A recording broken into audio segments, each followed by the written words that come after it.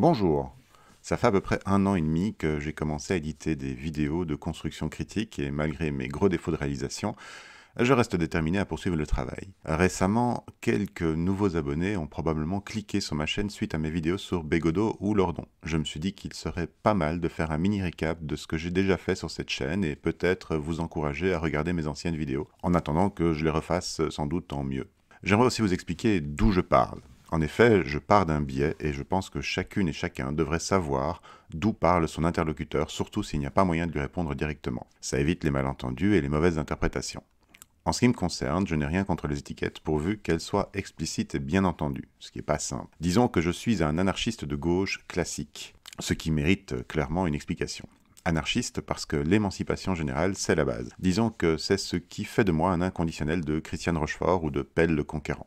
Toutes les luttes d'émancipation sociale me sont chères. Je viens de sortir un petit mot, social, qui devrait vous montrer vers quel type de gauche je tends. Pour moi, il n'existe pas de gauche qui ne conteste pas l'économie de marché. Le capitalisme, le libéralisme, le marché produisent des inégalités, mais surtout entraînent des sacrifices de vie, de santé, de confort dans les classes sociales qui vivent de leur travail. Tout mouvement qui se dit de gauche, mais qui ne lutte pas contre la prédominance du marché, est une escroquerie. La gauche tend vers l'égalité des traitements de tous les groupes et les individus. Si je suis pour l'égalité, c'est en étant contre l'égalité des chances, concept éminemment libéral et méritocratique. Si je suis féministe, c'est à la manière de Beauvoir, donc de manière très matérialiste. Si je suis antiraciste, ce n'est pas pour brûler Astérix ou Tintin, qu'on peut envisager de ranger en haut de la bibliothèque, pourquoi pas, mais l'antiracisme de gauche a surtout pour vocation de détruire ce qui crée des inégalités. La concurrence, la compétitivité, la méritocratie, la propriété. S'il existe encore des situations d'injustice, c'est parce que cela permet de maintenir à flot le capitalisme. Je ne dis pas que le capitalisme est la seule raison de l'existence du racisme ou du patriarcat, mais supprimez l'économie de marché et la propriété privée et vous ferez tomber une bonne partie des injustices. Les causes intrinsèques de la cupidité, de l'envie, tendront vers zéro, et une grande partie des dossiers de justice disparaissent aussi. Donc de gauche, c'est-à-dire communiste.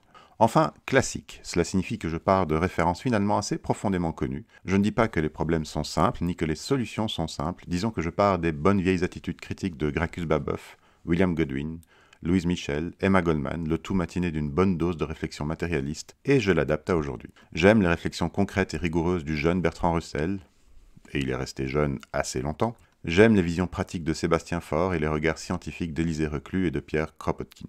Ça ne veut pas dire que je ne lis pas les modernes, mais en dépit de l'adage anarchiste qui se refuse à produire une doctrine définitive, j'admets que j'ai des indépassables.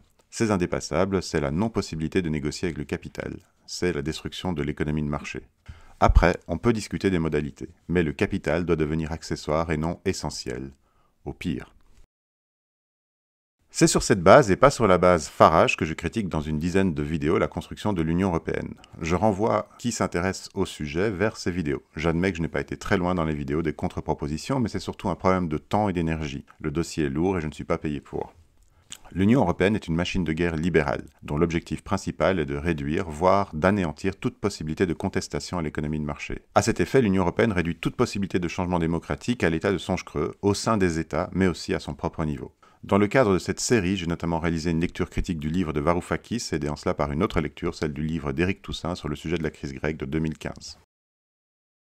Une autre série de vidéos se dirige beaucoup plus vers la construction. Proposer un modèle pragmatique économique, politique et social qui sorte du capitalisme, c'est un gros boulot. J'ai déjà fait 4 vidéos sur le sujet. Une première de présentation, parlant du livre de Frédéric Lordon, non pas comme unique référence, mais comme point de départ de réflexion. Une deuxième qui pose les questions de base, puis 2 vidéos qui répondent aux 2 premières questions. Une 5e vidéo est en préparation concernant la 3e question, et je l'avoue, je suis assez en retard pour les questions suivantes. Il faut dire que je croule sous le travail et les envies de produire d'autres vidéos. Et notamment la réécriture des vidéos sur l'Union européenne, parce que niveau production, mon matériel est assez médiocre. Cela dit, je crois que mes vidéos précédentes amènent déjà des éléments de réflexion et de critique intéressantes, et qui sont loin d'être toutes de moi.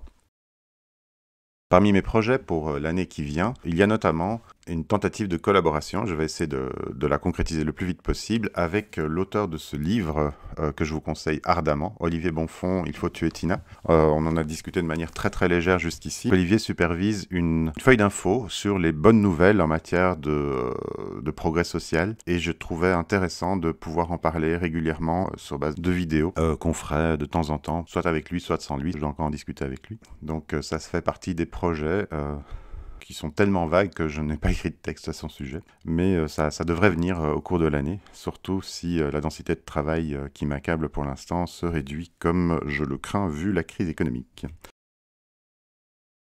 Je tiens tout de même à rappeler qu'en dépit du ton très théâtral de la vidéo sur Bégodeau, je suis avant tout un très sérieux chercheur en histoire et donc pas vraiment un rigolo tous les jours. Ma méthode de travail est celle de l'approche de critique historique, sur base de documents le plus possible de première main. C'est notamment pour cela que j'ai bien aimé travailler sur le bouquin de Varoufakis, puisqu'il commence par expliquer que précisément les pages qu'il nous offrait venaient directement de documents de première main, ses propres enregistrements.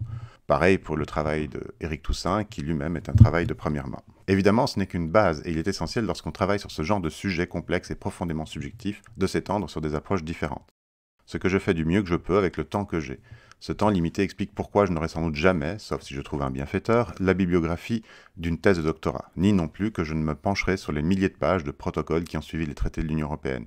Mais lorsque les textes fondamentaux, c'est-à-dire les traités, sont déjà clairs à la base sur leurs intentions, une approche aussi approfondie n'est plus nécessaire que si l'on désire continuer de négocier dans les limites proposées par le cadre. Or, le cadre dressé par l'Union européenne n'est pas viable pour quelqu'un qui assumerait sincèrement une position de gauche.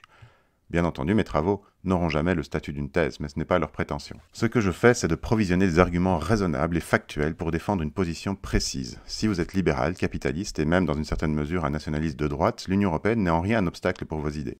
Si vous êtes partisan de l'émancipation générale, de l'égalité de fait, ou même de la paix mondiale, eh bien, vous découvrirez dans mes vidéos que l'Union européenne est un ennemi de vos idées. Bon visionnage, camarades.